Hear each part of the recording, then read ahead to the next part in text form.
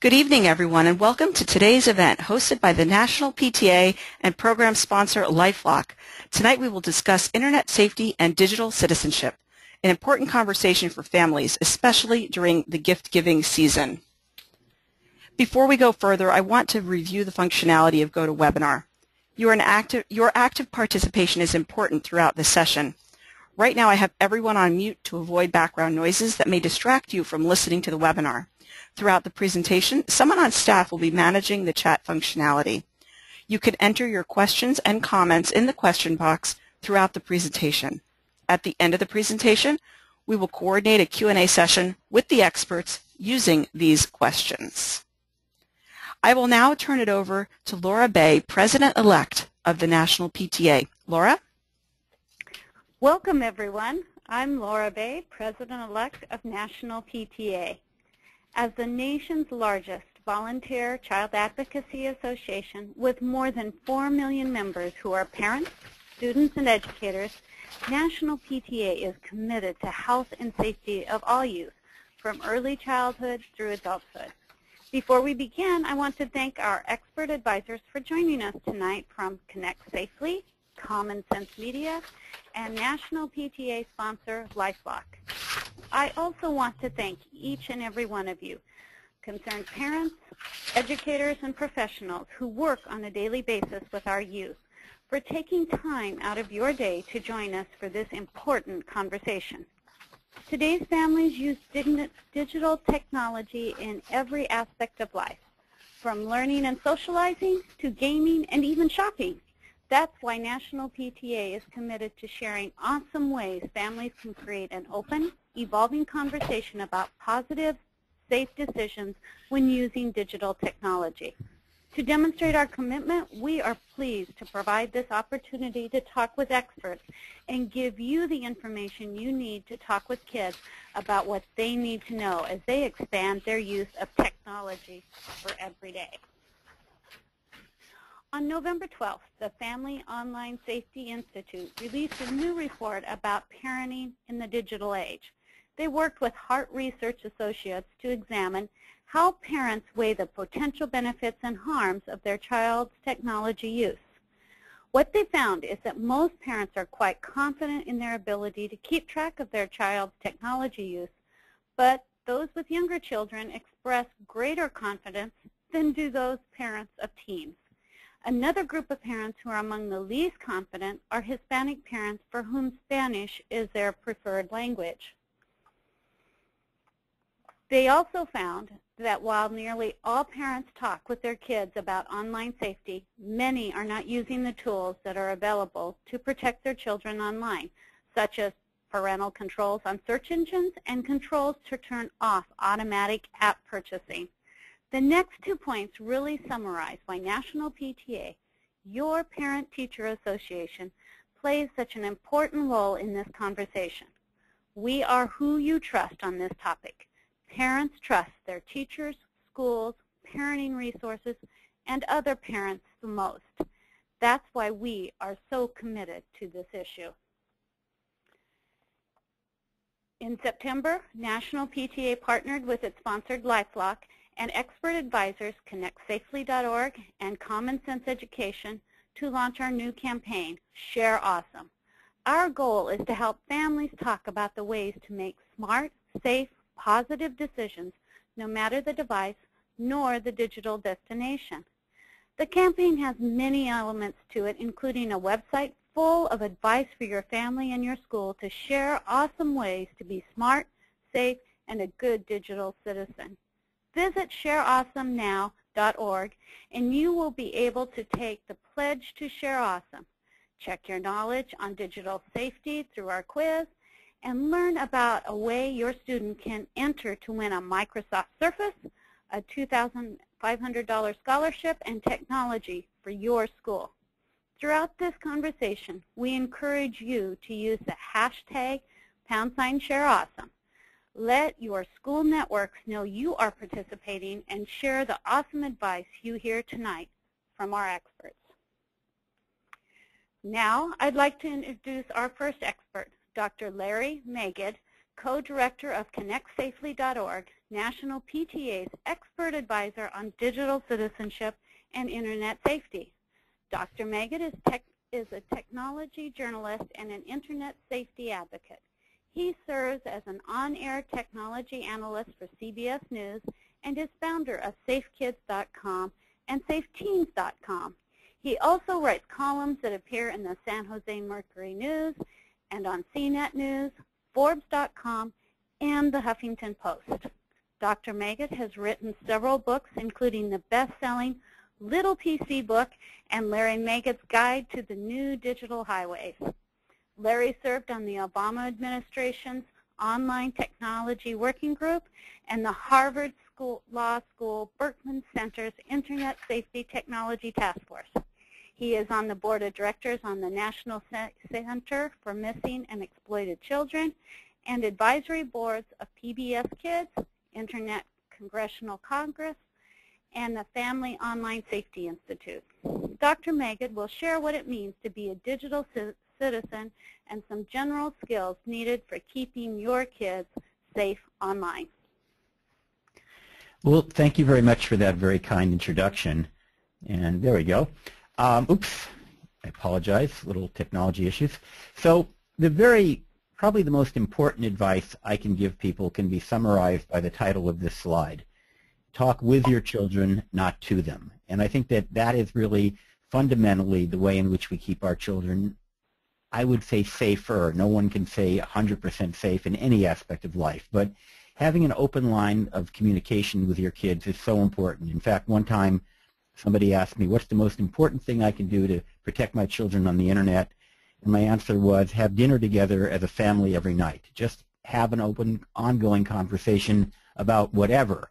And clearly digital issues will come up because digital issues are very much part of your children's life, and you just need to kind of be aware of them and open them. And so along the lines of that, one of the things that I like to do with kids and recommend that is we just ask our kids what they like to do and what they don't like online. What apps do they use? What sites do they like? What do they don't like? How are they using their security and privacy settings on their devices, on their sites? A lot of times, if you approach it from the standpoint of help me, because this can be confusing for all of us, even I who write books about configuring safety and privacy often get confused, but your kids may know a thing or two. And so tap into that knowledge. And I say this not only because you may learn something, but more important, it's a way of showing respect for your children and continuing and starting those conversations, getting them to tell you what's good, what's bad, what's safe, what may be problematic. So start by asking questions. And again, ask what they do to protect their privacy and security, and really help them think through the positive experiences and how they deal with the negative experiences, because after all, kids often can be the first line of defense along with parents and teachers. So another thing that I always think is very important, we talk about this a lot at ConnectSafely. So we do parents' guides to a lot of subjects. We have a parents' guide to cyberbullying, a parents' guide to mobile, a parents' guide to security, and we also have parents' guides to specific products like Snapchat and Instagram and Facebook and others. But at the end of the day, it's less about the specific product and more about general behavior and general attitudes about how we approach not only technology, but life in general. So sure, maybe you don't know all there is to know about Instagram or Snapchat or WhatsApp or what are the others, Ask FM or Yik Yak or Secret or Whisper, and I could go on, and there's probably a dozen apps that I don't even know about the kids are using. But the bottom line is that the same general safety precautions that apply to one apply to all. That isn't to say there aren't some special challenges. Anonymous apps bring up challenges that may not be there with some of the real name apps like Facebook. But nevertheless, critical thinking, understanding privacy and security, understanding how to treat others, understanding what to do if someone's mean to you, these are universal concepts which really have very little to do with technology at all. They're the same things that our grandparents could have taught us or our great-grandparents could have taught us, but we have to apply them to technology. So while I do think it's a good idea to learn as much as you can about the technology your kids are using, don't stress out if your son or daughter comes home and tells you about some app that you haven't heard about, just make sure that they understand some of the basic concepts, and then go ask them to tell you what's cool about those apps. And as long as I'm talking about this, I want to talk just for a second about anonymous apps. A few months ago, I wrote an article in CNET called "Anonymous is Not Synonymous with Ominous," because we as adults have a tendency to think, oh my God, these kids are off on Ask FM or Yik Yak or Whisper, and horrible things can happen. Well, it is true, horrible things can happen. But before you condemn anonymous apps, be aware that wonderful things can happen. People can reach out and deal with issues that maybe they're just not comfortable talking about and associating their name.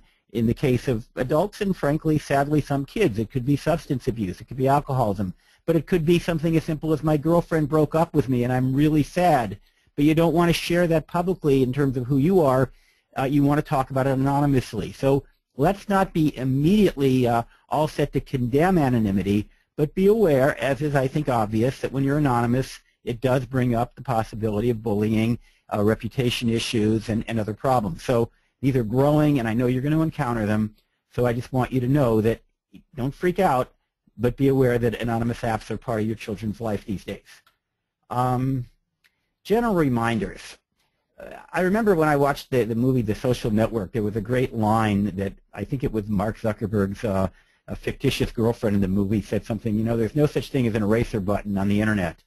And that's really true. Even though there are laws that say you have the right to erase this, the right to erase that, in reality is once something goes digital, it can be copied, it can be cached, it can be stored, it can be pasted, and everybody needs to know that once you post, there is always the possibility that it can be seen. So I think that's just an important general reminder for all of us that while we can go back and delete our Facebook comments and delete what we posted on Twitter, etc., there's always the risk that between the time we post it and the time we delete it, someone will have seen it or perhaps even captured it.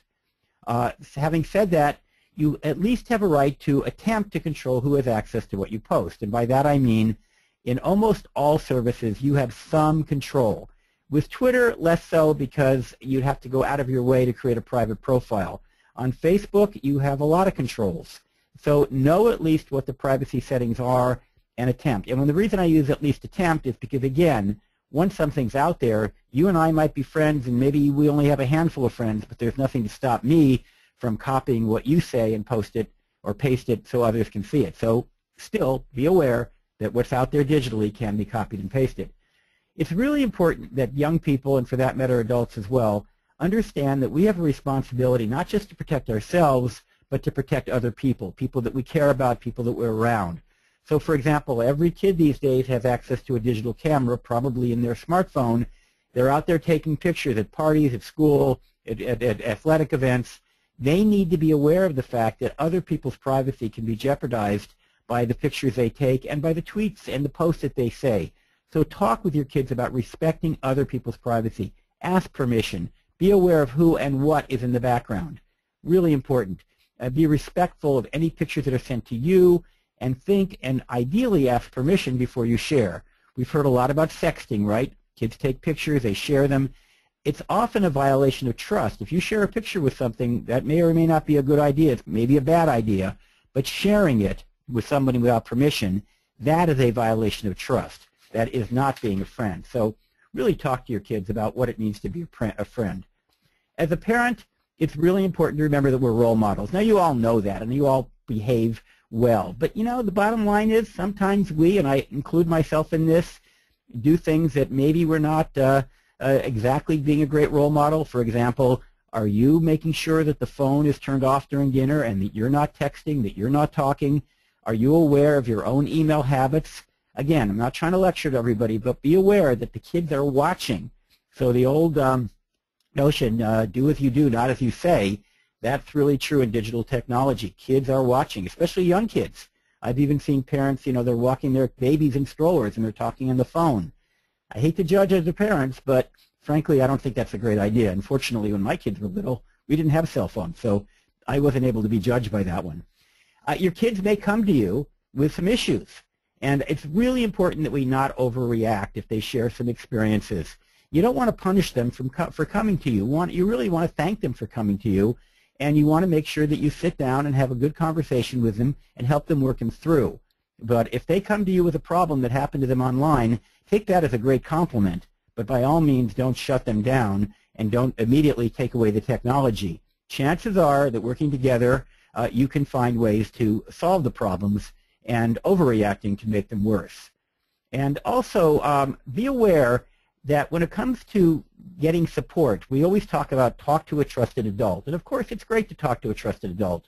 But it's also important to be aware that kids have their own network. Just like you have networks of parents and colleagues and friends, so do they. And believe it or not, from all of the bullying experts I've talked to, and I just yesterday came back from the International Bullying Prevention Association conference, and this was reinforced over and over again by people who know a lot more than I do about this subject, that encouraging kids to be upstanders, not bystanders, to be supportive of others is very important. And if a child does tell you, for example, that they've been bullied, make sure that you approach it thoughtfully in conversation with your child, because believe it or not, sometimes adults can make things worse. And so some kids don't tell adults because they're afraid they'll make them worse. So don't be one of those adults. Try very hard to be supportive of your kids. And again, it's all about thoughtfully reacting and not overreacting. Things will go wrong. And this really, many of these slides here are kind of redundant with what I just said. Try to work it out. Try to get the kids to work it out. Think about who the trusted people that the child can go to, not necessarily an adult, but perhaps an adult. And again, talk to your children about what it means to be an upstander rather than a bystander. I think that's the most important thing, especially with digital abuse, whether it's bullying, whether it's harassment, whether it's making fun of people. There are certain things that we just simply aren't accepting, and kids need to understand that they can stand up. They can counter those gay jokes when they come, or those those sexist jokes, or those fat jokes, or those skinny jokes, or whatever they are. Our kids have a lot of power online as well as in school, and they need to really implement that power by standing up for their own values. And I think that most of our kids do have good values. Some more thoughts about digital. What's different in the digital world than in the kind of analog or physical world? Well, if you're having a conversation with somebody face-to-face or even on the phone, sometimes you can be sarcastic or use certain kinds of humor. But in the digital world, it can easily be misinterpreted. Even things like comments you make that might work. For example, you might want to make certain kinds of humor, ethnic humor, or other kinds of humor. Maybe that works sometimes when you're face-to-face with friends. But it rarely works online because sometimes people misinterpret it, and sometimes people there are in the audience who may not appreciate or may not understand what's in your heart. All they see are the words on the screen, and they can react negatively. So really talk to your kids about the words they choose, how they deal with sarcasm, and also how they deal with emotion. I've noticed this in my own relationships with colleagues and even loved ones, that dealing with emotional issues online is very different than dealing with them in person. So if I have something critical to say to a colleague, for example, I'm much more likely to call them up or, if possible, talk with them in person than to put it in an email because, between the time we do talk and the time they read that email, they may be imagining things that are really not in my mind and can actually make the situation work. So really think about the unique aspects of what's happening digitally. Oops, I think is that it? I think that's it for me. So thank you very much. Thank you, Dr. Magid. Your insights have given us all so much to think about. Now I'd like to introduce our next expert, who is another National PTA Expert Advisor on Digital Citizenship and Internet Safety, Common Sense Education. Dr. Kelly Mendoza manages the Professional Development Program for Common Sense Education. She develops multimedia professional development courses, videos, and trains educators on teaching digital citizenship, integrating technology into teaching, engaging parents, and helping students harness the potential of technology for learning. Kelly also helped develop Common Sense Education's K-12 digital literacy and citizenship curriculum. Prior to Common Sense, Dr. Mendoza worked at the Media Education Lab at Temple University, producing education resources for PBS Frontline, PBS teachers, and she taught undergraduate media and communication courses. She has a Ph.D. in Media and Communication from Temple University, She is also a leading edge certified digital educator. Dr. Mendoza will share the ways you can start open and trustful conversations with your kids about the ways they should engage in digital environments. She will help us to prepare for those conversations we have that help our children to make smart, safe decisions, no matter the digital environment, especially as our youth gain access to new technologies this holiday season. She'll share some of the questions parents ask most and the answers you need to prepare your students. Great. Well, thank you so much, Laura, and thank you to the National PTA for this webinar and for your work with Share Awesome. We're really excited about that and happy to be a part of this conversation tonight. So just to get started, Internet and digital safety goes beyond just protecting kids, which is typically, I think, how parents think about it. But we want kids really to get the most of digital media, whether that's being online or with their phones or apps. And we want to teach them to practice safe, responsible behavior. So I'll cover the top 4 questions. I mean, there's a lot of questions we get from parents. I just chose some of the top ones that we get. So let me try to move forward here. So the first one is about online safety. So as your kids start going online, they get their devices, most parents just have the general question of how do I keep my kids safe online?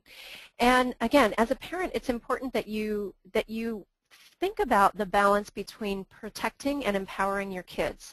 So it's important to protect them. Obviously, you want to offer guidance about that, but also help empower them to think critically and participate responsibly in the digital world and to get the best of what digital media has to offer, whether it's for entertainment, learning, connecting with family and friends, or connecting with their interests. So I would say one of the main issues is around helping develop privacy protection practices with your kids. And this is going to depend on their age, but this includes things like developing and using powerful passwords. And we know that passwords continue to be an issue with actually helping protect accounts. And so you could even make it a challenge with your child. Can you come up with the strongest password for your account, but make it personalized so that you remember it, and make it a challenge for them and make it a little game. So I think, that's just one aspect. The other aspect is about not sharing passwords. Kids should never share passwords with friends, and they often do. And when they do, it ends up in somebody's messing up each other's account or accessing private information or messing up each other's game. And there's even bullying situations that go on with kids impersonating each other. So although they should never share passwords with friends, they should be sharing passwords with you, and I think that's a reasonable expectation. I think with older kids, what we've seen is older kids writing down their passwords and putting them in a sealed envelope because, they don't want parents to access their accounts. But explaining that as a parent, you'll open that envelope if you have a legitimate reason to access their account, but that you have access to it in some shape or form. Another issue is around being aware of phishing and scamming and spamming. These are ways that scammers try to get your private information, like your username and password, credit cards, etc. So you could make this a learning moment. I mean, we all get junk mail. We all get a phishing message, which is emails that attempt to get your private information, and you could make it a learning moment. Look at that message and explore, how can you tell it's phishing? What's going on here? What if I clicked on this? And this may require you as a parent to do some learning about phishing yourself, but you'll have to help guide them through those, almost guiding them through those moments that they are going to face as they participate in the digital world. So the first is privacy protection. The next is around parental controls. So even if you've had the conversations around, your rules and your limits, it can be tough to manage things when you're not there. And parents have different philosophies about this, but using parental controls can be really helpful. These would be things like controls on your mobile phones and your browsers to whether it's filtering and blocking or limiting the amount of time that your kids can spend. And they do take some time and energy to set up, but they're helpful. And none of these programs are foolproof, by the way, but they can really help you and provide you peace of mind. So that's another tip and just something to consider. Another idea is creating and using a family media agreement. So this is actually one of our most popular downloads on Common Sense, and it's a sort of contract that you write up with your kids laying out the appropriate use of media at home. We offer sample family media agreements that you can use, you can start from, and you can customize it for your family. But it's really a way for you to sit down and have a conversation with kids about your expectations. They can add their expectations or what they think is important, and both of you sign this contract, and you post it on your fridge or bulletin board as a reminder. So it's kind of a helpful way as a parent, too, to say, oh, look, we had talked about this in our media agreement. And so think about that for your family as well. And finally, I think to echo what Larry was saying is keeping the lines of communication open. So what we're finding is rather than taking a sage on the stage approach of you laying down the law of your safety rules and only interacting with kids around whether or not they're adhering to those rules, you should help them be building practices around safety, around how they're participating online, and have those ongoing conversations with them. So get engaged in what they're doing, show your interest, and they're going to be more likely to tell you if there is an issue in the future if you keep those lines of communication open. So the next question is around just the quality of apps and websites and games for kids. This is one of the top questions. It's like, okay, we got a tablet. What are some good apps for my kid? And this was actually the original purpose of Common Sense Media, was to rate and review kids' media titles to help parents make informed choices about kids' media. So I'd first recommend that you make deliberate choices about the media that your kids use.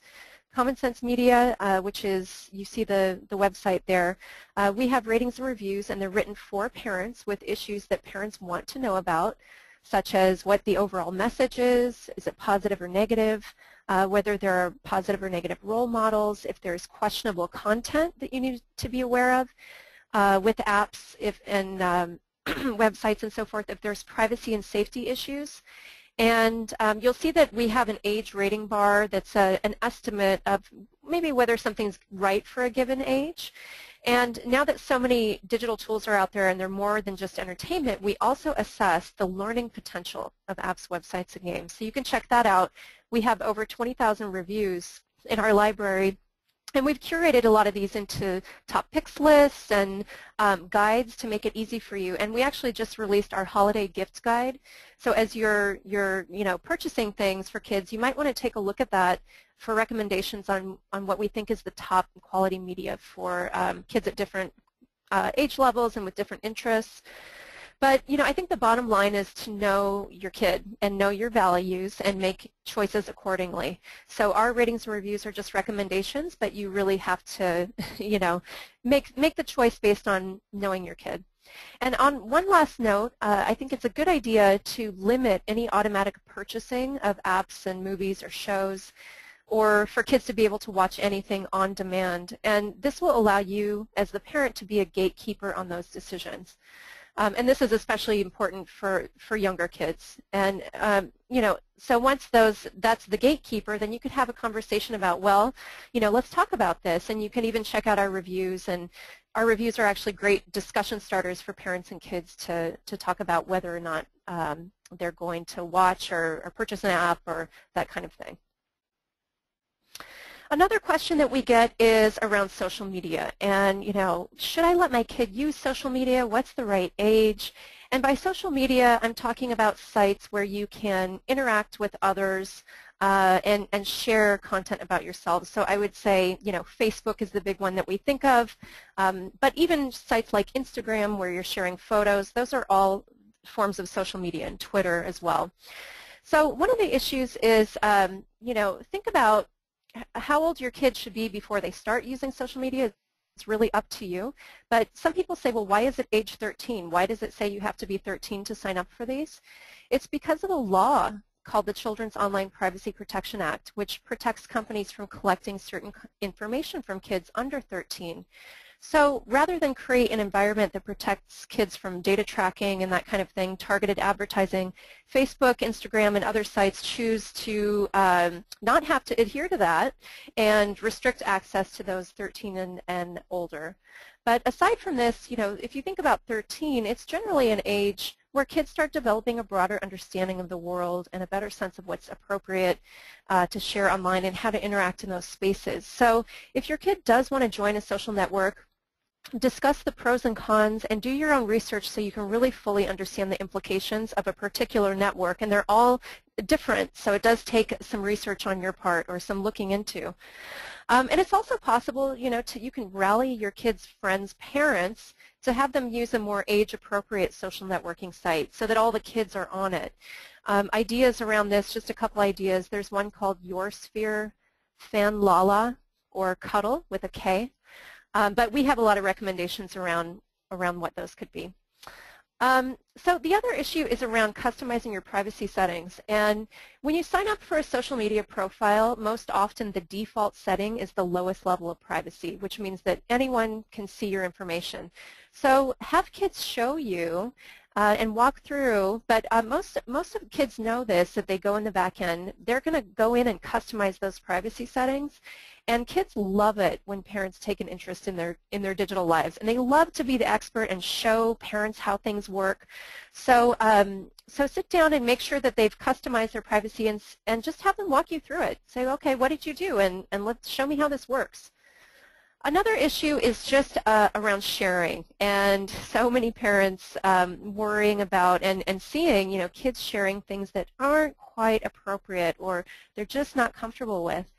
I think one of our motto here is self-reflect before you self-reveal, and this can apply to a variety of things. But I think younger kids need to understand black and white rules about not sharing their name, their age, their phone number, their address, and their email address, and so forth. But older kids know this. This is not news to them. It's more of a gray area with them as they share posts, videos, and photos of themselves about what kinds of information they're sharing and how this affects their reputation and their identity. So, as kids are participating online, they're building a digital footprint, or also called a digital tattoo, and they're building an identity for themselves. And this can actually affect them down the road as they become searchable and apply for jobs or college. So you want to help kids build a positive digital tattoo or digital footprint and share things that they're proud of and that are associated with them in ways that they would want to be. In addition, self-reflecting has to do with how you communicate online and with whom. So although most kids just talk with friends and family online, I mean they're not typically reaching out to strangers and talking to people they don't know. They need to know what kind of online talk is appropriate and inappropriate. And with people that kids don't know in the offline or in the offline world, most kids just block strangers and people who contact them. They think it's creepy, they're not participating, and most all social networking sites have ways to report inappropriate behavior. And so I know that all of them offer ways to flag users and flag content and report those kinds of things. But if kids feel uncomfortable with something, if you keep those lines of communication open and you're engaged, they'll feel more open to come to you with any issues that they're having. The last aspect of this that I'm going to touch on is the golden rule. We all know what the golden rule is. It's treat others as you'd want to be treated, right? And to echo again what Larry was saying, communicating with others online is different. We don't see people's faces. We don't hear the tone of their voice. We don't see their reactions. And on some sites you can be anonymous, and this leads to no accountability, and people feel disinhibited. They'll do things and say things they wouldn't in person. So I'm sure you've all heard this and said this, that we need to treat people online in the same way we treat them face-to-face, and parents need to encourage kids to be good digital citizens. This means behaving safely, participating responsibly and ethically, and we need to guide kids to be kind online, to stand up for each other, especially when they're seeing cyberbullying or bullying, when they see something they don't like. And so talk with kids about how communicating online is similar or different than face-to-face, And then ask them, talk about what does that mean to be kind online or to spread kindness. And you can also visit our website. We have a lot more tips and advice for parents around that. Okay, the last question is around screen time. So this is a huge issue, and just in the whole, and I think it has been for many years, about how much screen time is okay for kids. But really, when you look at the research, screen time is increasing for kids. Now that things are mobile, they're, you know, we have more infrastructure to be connected. Screen time is increasing when you look at the research. So how much is too much? And what if your kid is addicted to their device?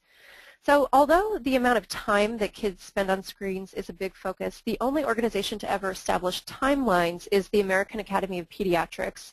They discourage screen time for kids under 2 and advise that you limit screen time to 1 to 2 hours for older kids. And with younger kids especially, there's a variety of reasons. Their brains are developing and they need a lot of face-to-face interaction. So studies have also shown a link between heavy media use and issues such as obesity, lack of sleep, academic challenges, even other behavioral difficulties. And the reality is that most families have lighter and heavier periods of media use, but as long as you have a balance in that, kids should be fine. So finding that balance is key. What is the balance for your family? Help kids balance their media use with a variety of non-tech activities like sports and hobbies and crafts or just playing outside. That is the key to screen time. It's a dance, but it's definitely possible. I think the second point is around the quality of that screen time. So what are the media that kids are using? What are they doing with it? How does this fit into your family's lifestyle? An example is some families have part of their screen time is creative project time, and this means that kids are blogging or they're putting together slideshows or movies from family vacations, or they're watching videos to help them learn a new skill like play the guitar. So if you're concerned about heavy media use though, consider creating a schedule that works for your family with limits, and maybe it's not only on time but the kinds of screens they can do and what they can do on those screens. And I really think it's important to incorporate screen-free time in your family, whether that's putting all the cell phones in a basket at the dinner table and everybody has a conversation, or screen-free car rides where you can play I Spy or 20 Questions. But really need to incorporate those sacred spaces in your family so that you're screen-free during those times. A couple other points here is another challenge is with multitasking. So you've seen it, a kid doing homework while they're watching TV or texting a friend and checking social media. But what we know from the research is that multitasking is not good for focus, for deeper learning, for learning new information, and thinking critically and thinking abstractly. So having interruptions from devices all the time shifts our attention, and this kind of reactive attention is more shallow than what's actually needed for a deep learning. So it might be okay to multitask when you're doing easy kinds of tasks, but that kind of partial attention isn't effective. So one idea is to have kids put their devices in a box while they're doing homework, and this works better maybe for middle and high schoolers. But then you could schedule tech breaks, like a 5-minute break. They know it's coming during their homework time, where they have 5 minutes to check their social media or play a quick game or whatever it is, and then go back to their homework. And just knowing that that tech break is coming can actually help ease that sort of withdrawal that they feel, or they always feel like they need to have the device with them. And lastly, modeling. So Larry again mentioned this, but we hear a lot of kids say, I wish my mom would put down her phone and pay attention to me. I wish my dad is always on his computer. And so as a parent, your behavior has a huge impact on what your kids think is the norm. So model the manners and behaviors that you want to see. Avoid texting in the car. Consider narrating your phone use, like saying, I'm looking up directions for the soccer game, so that young kids understand that you're using the device that way. Make sure that you excuse yourself if you have to interrupt a family moment to attend to your phone. And most importantly, be present with your kids when they're talking to you. Show that they matter more than the device. So on this note, I have become a leader here, and I'm encouraging you all, and as a call to action, that you become leaders in your PTA by educating other families about this issue. And we do have a program. It's called Connecting Families, and it's endorsed by the PTA, and it provides everything you need to educate and engage other families about these issues, whether it's hosting a parent night or sharing tips or reaching out. And so there's the website if you want to learn more. But I leave you with that challenge. And I want to ask you to consider what you can do to help kids be safe, responsible digital citizens. So with that, I will go back to Laura. Thank you, Dr. Mendoza. Hundreds of families are more prepared for those conversations today, thanks to you.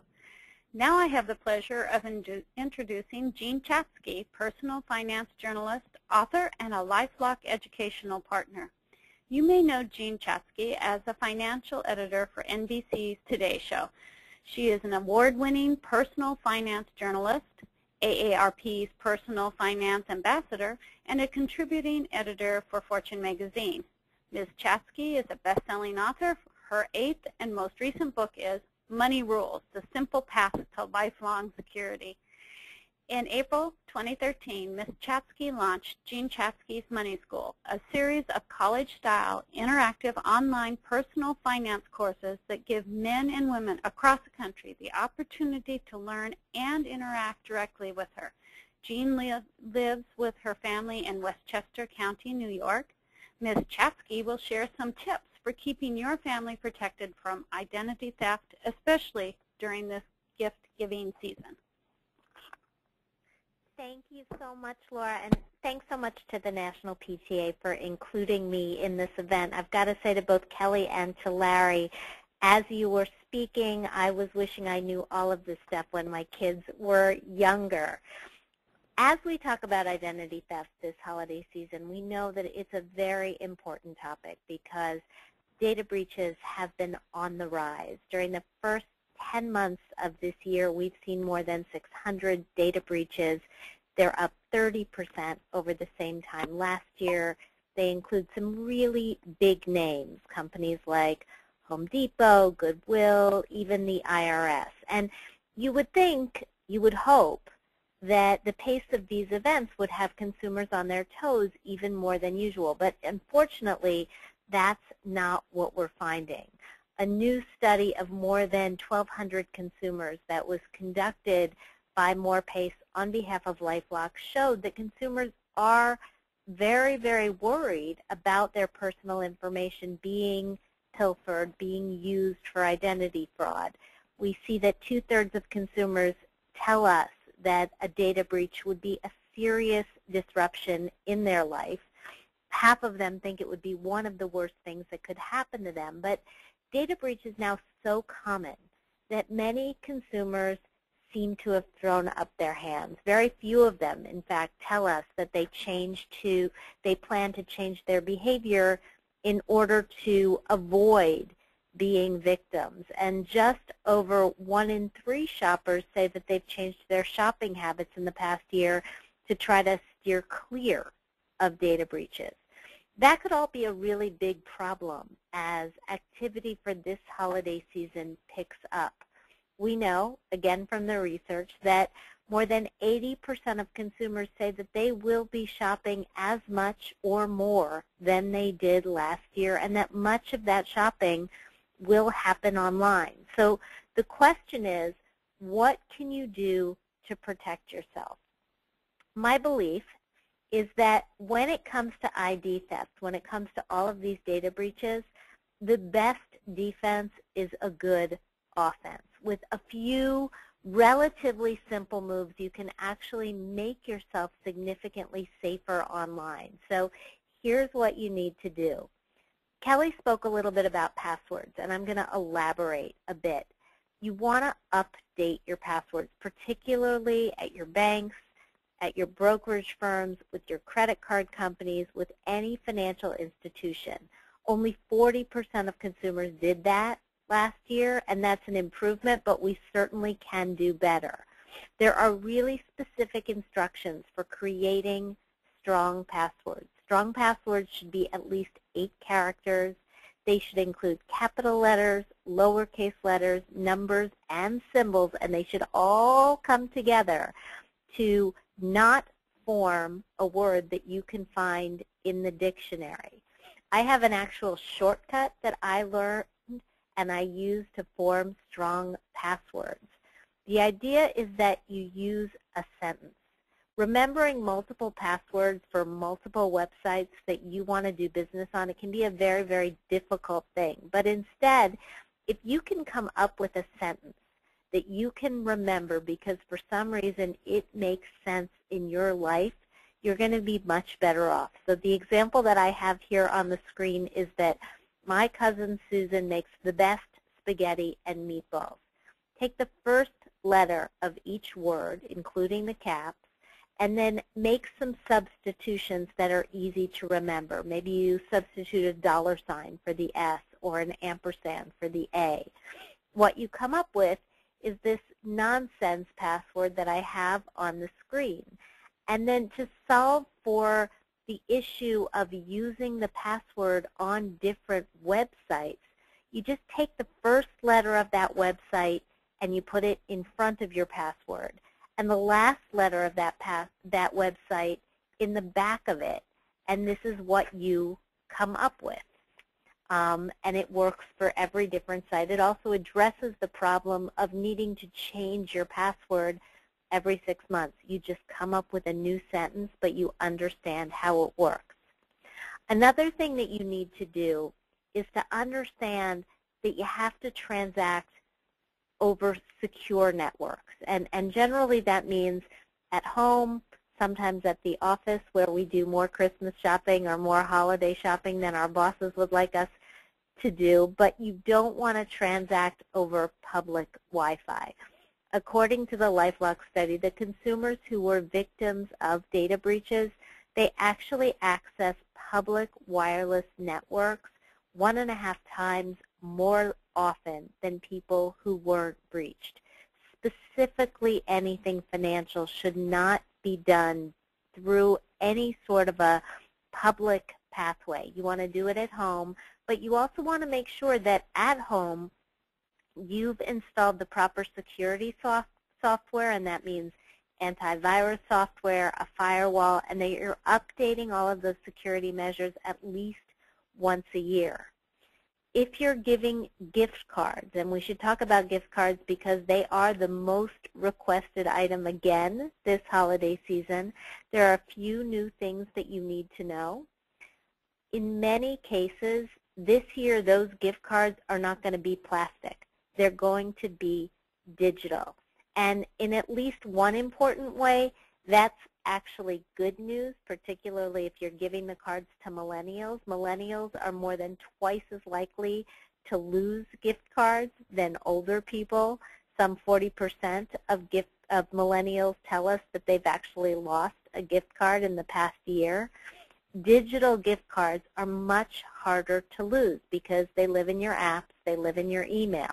But if you're going to send digital gift cards, be very wary of subjecting the person who's receiving those gift cards to email blasts. One of the potential negatives with these digital or mobile gift cards is that you will usually be asked to give out either the recipient's email address or their phone number. Don't do this. Generally, there's going to be some sort of an opt-out box that you can check that will allow you to make sure that your recipient is opted out of future email or text blasts. It's important that you start to look for it. Another thing that you want to keep in mind is that you want to stop oversharing when it comes to your own information as well. The holidays are a very, very happy time. At least we hope they're a happy time, and there's a big temptation to want to post about that happiness online. Be careful. The fewer people who know the sort of salient details about you that could be used to steal your identity, things like your mother's maiden name, your birth date, your birthplace, your pet's names, other items of trivia that are often used to answer the security questions, the fewer people who know this information, the better off you're going to be. You want to make sure that you protect those details. Keeping everyone in your network up to date on where you are is also a really big risk. Research has shown that individuals who use location sharing services, they're 4 times more likely to be victims of identity theft. I like to say that online, a little bit of media goes a little bit of mystery rather, goes a very, very long way. Finally, let's talk a little bit about travel, because travel is a big deal this time of year. You want to be extra vigilant if you're traveling this holiday season, because the more you're on the road, again, the more likely you are to be a victim of identity theft. According to a study, this one was conducted by Forrester Research for LifeLock, people who travel both domestically and internationally are significantly likelier to be victims of ID theft. Why is that? It's because travelers are more connected, which doesn't mean that you should cancel your vacation. Instead, before you go, make sure that you lock up key documents like your Social Security cards, your birth certificates, your marriage licenses. They should be in a safe or a safety deposit box. Clean out your wallet before you go. Take just 2 credit cards and an ATM or debit card and put the rest away for safekeeping. Make a list of the phone numbers for the card companies in case your wallet is stolen and you need to get in touch. But by the way, do not keep this in your wallet. Keep it in some secret place in your suitcase. Tell the card companies where you're going, otherwise you risk being stopped at the point of purchase. And put your mail and your newspapers on hold. There is nothing like an overflowing mailbox or a stack of papers in the driveway to alert thieves that you're not home. While you're away, you want to be sure that you use credit cards rather than debit cards. Credit cards, if you can handle them, they're safer because you're not spending your own money. You also want to be sure that you're careful of strange-looking ATMs. Identity thefts have been known to attach card skimmer devices to grab your information at the same time that you're grabbing cash. And sometimes you can spot these devices just by looking at them. If the insert slot for a card looks larger or deeper than normal, just walk away and find another machine. Also, use the safe in your hotel room to store your passport, your bank cards, your IDs, unless there's some good reason for you to be carrying them around. And be very careful on public Wi-Fi. You will likely use it while you're away, but you don't want to be transacting on it unless you absolutely have to. Finally, when you return from your vacation, that's when you can share your pictures.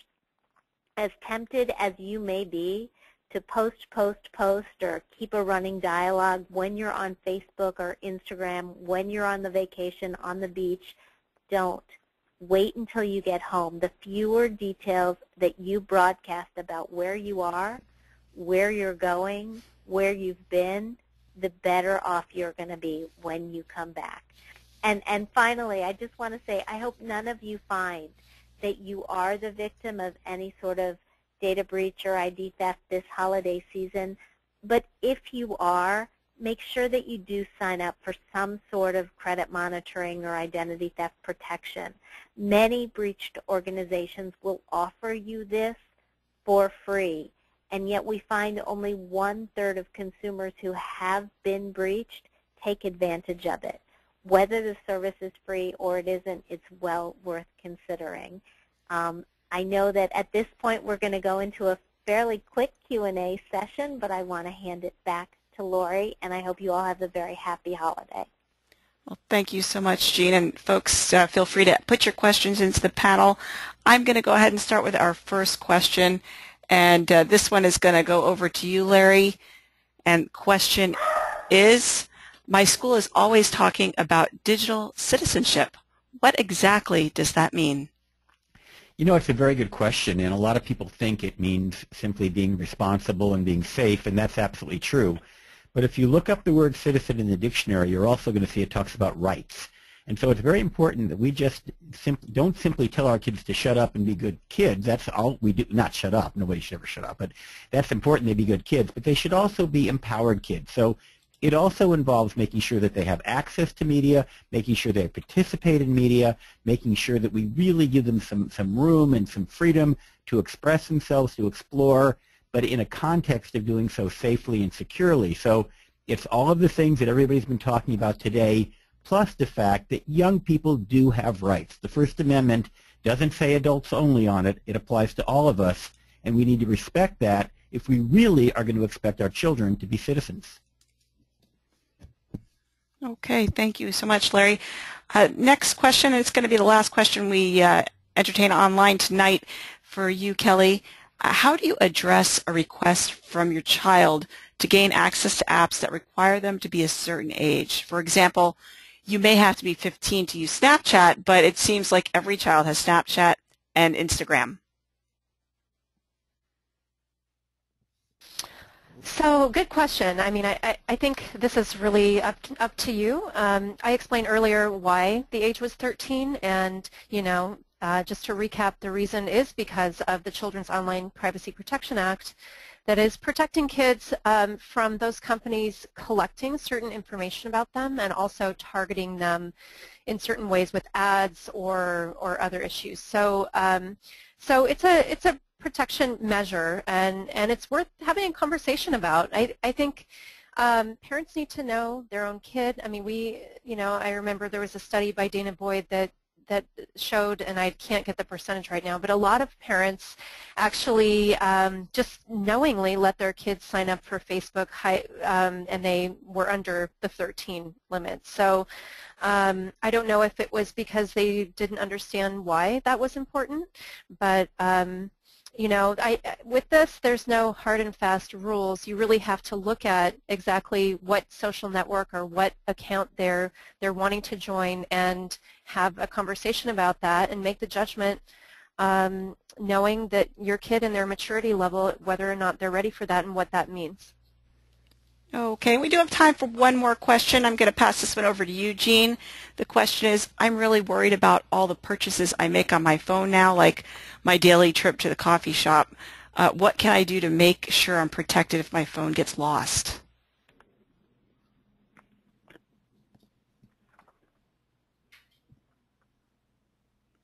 Do we still have you, Jean? You may be muted. Okay. Can you hear me now? We can. Okay, sorry about that. My dog started to bark, so I muted very quickly. Most phones these days, phone companies actually have the ability for you to shut it down with a very quick call to your cell phone provider.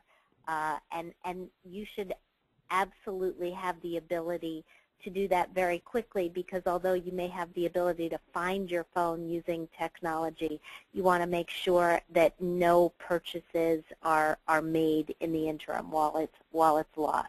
So just make sure that you've had the discussion with your phone provider about what to do if you should misplace it or if it's stolen, so that you can shut it down with just a phone call. Okay, thank you so much. At this point, I'm going to pass it over to Laura Bay. Thank you, Lori. Also, thank you, Dr. Magid and Dr. Mendoza and Ms. Chatzky. Thank you so much for sharing all of your awesome wisdom with us today. We hope you will all visit our website, shareawesomenow.org. There you will find the information you need to spark conversations with your family and at your school with your local PTA. I encourage you all to take the pledge to share awesome and spread the word about smart, safe, positive digital decisions. Also, don't forget to promote our Share Awesome and Win contest to students. They just have to take a picture that shows their awesome, tag it with the Share Awesome hashtag, and enter it on our website by November 30th. And finally, I encourage you to keep the conversation going. In a few days, you will receive a survey to tell us what you thought about the conversation and what topics might interest you in the future. Also, we will share a link to this event, and we hope you will pass it along to others. Tell us about what you are doing to keep the conversation going. Follow us at National PTA and use a hashtag or #ShareAwesome hashtag. Technology is such a great thing. It's such an important tool for learning and communicating. And in the years ahead, students will have interactive learning opportunities that we could never have imagined when we were kids. Our kids are digital natives. They don't know anything different. And as a result, students are using these tools to explore the world and connect with others. Most of the time, that is a very positive thing. But like any new experience, kids need guidance. They need encouragement and support in making the right digital decision, decisions that will keep them safe and help them to be the best person that they can be. They need this conversation to be open and ongoing, not one that they avoid because they don't want to lose their freedom. They need you. They need you to believe that they can share awesome. Thank you so much for joining us. We look forward to connecting you with you at another PTA event, either through your device, at your school, or in your community.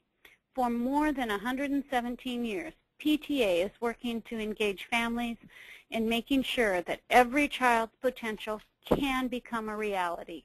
We are always working to support every child's success and overall well-being. Thank you all so much for being here tonight, and good night.